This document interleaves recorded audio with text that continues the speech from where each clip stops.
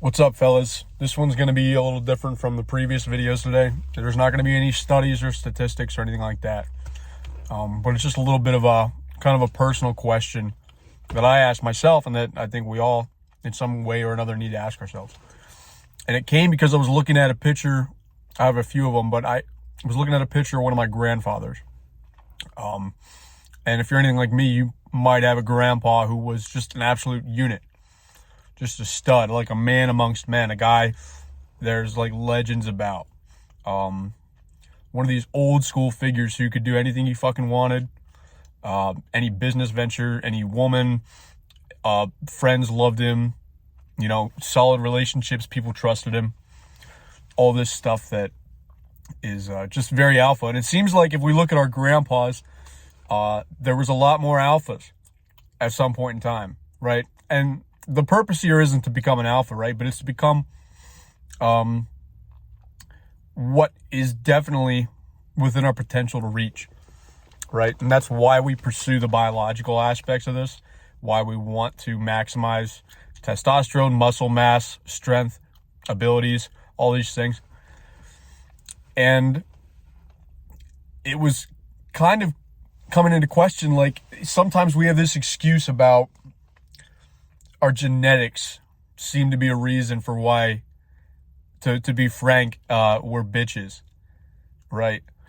Oh no, it's my genetics that's the reason I don't have 16-inch arms or whatever a big arm size is, or a big chest, or a 500-pound squat, or that's why I have a bad shoulder, or that's why my posture sucks, or any of this stuff, when rarely do we take into account the clear picture we have of our genetic history. We can look at, maybe not in person because they might be passed away, but we can, if nothing else, at least reference pictures and individuals that knew them personally to see what our genetics actually is.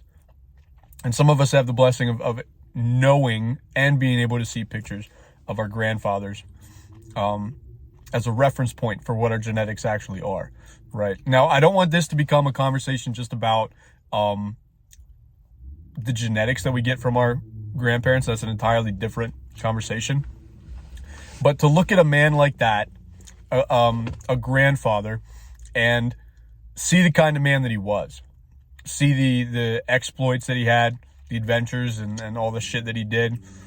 And then when you take a step back and you compare that to your father, there's a pretty good chance that there's a disparity between the two, that there's like this difference in ability and strength and charisma between the grandfather and the father, like something was lost generationally.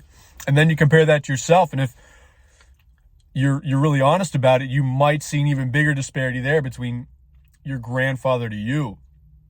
And this can't necessarily be explained by genetics. Some of these other factors come into play, like endocrine disrupting chemicals and diet and all these things and habits. But there's elements socially that we've lost that were a major driving factor in why so many of us had grandfathers who were just studs, just units, right? So some of these things are like healthy competition, strong drive to do all this stuff that now might be considered like a little bit hyper masculine, but at the time it was just extremely normal, right? For a man to learn a skill, become the best at it, start a business, hire a bunch of other people, and crush his business, crush his industry for the next 50 years, right? That was typical. That was normal. For a man to just be a stud amongst everybody that he knew. And we like to get onto the topic of genetics too often and use it as a crutch and an excuse.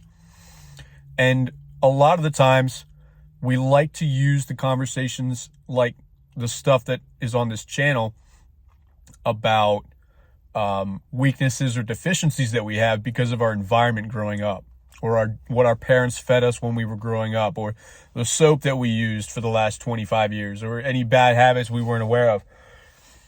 When the reality is a lot of it is things that we should be responsible for ourselves from a fairly young age. Charisma, character, honesty, strength, a little bit of daring, and ability to get into the new things that are potentially dangerous or scary.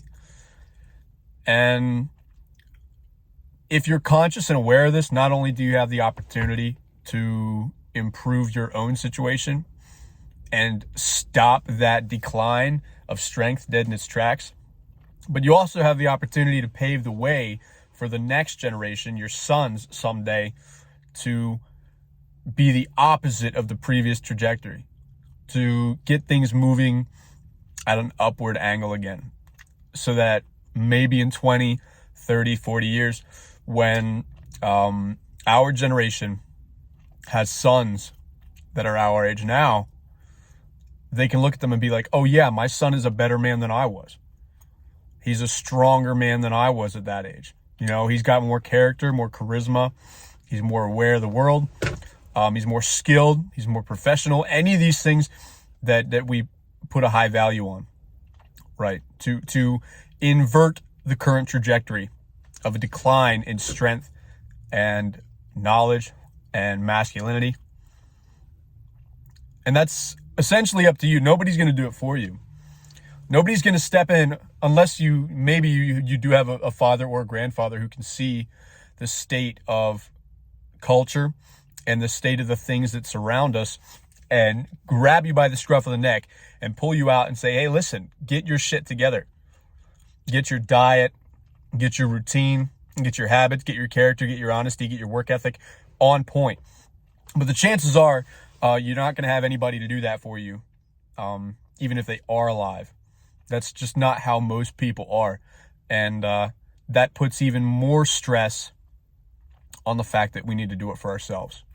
Once you reach a certain age, nobody gives a shit. Once you get to a certain point in life, maybe it's 18, maybe it's 20, 23, there's not going to be anybody who cares enough about you to grab you by the scruff of the neck and tell you to wake the fuck up. And it's unfortunate, but that's the nature of things. That's the way that it goes. So the onus of responsibility is on us to do that and to keep that trajectory from going downward any further in the future.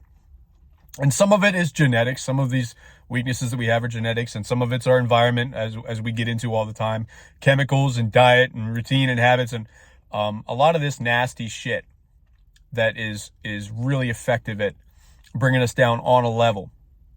But you can have the worst biology, the worst genetics, the worst hormone panel in the world, and still have the drive and ambition that's required to get shit done.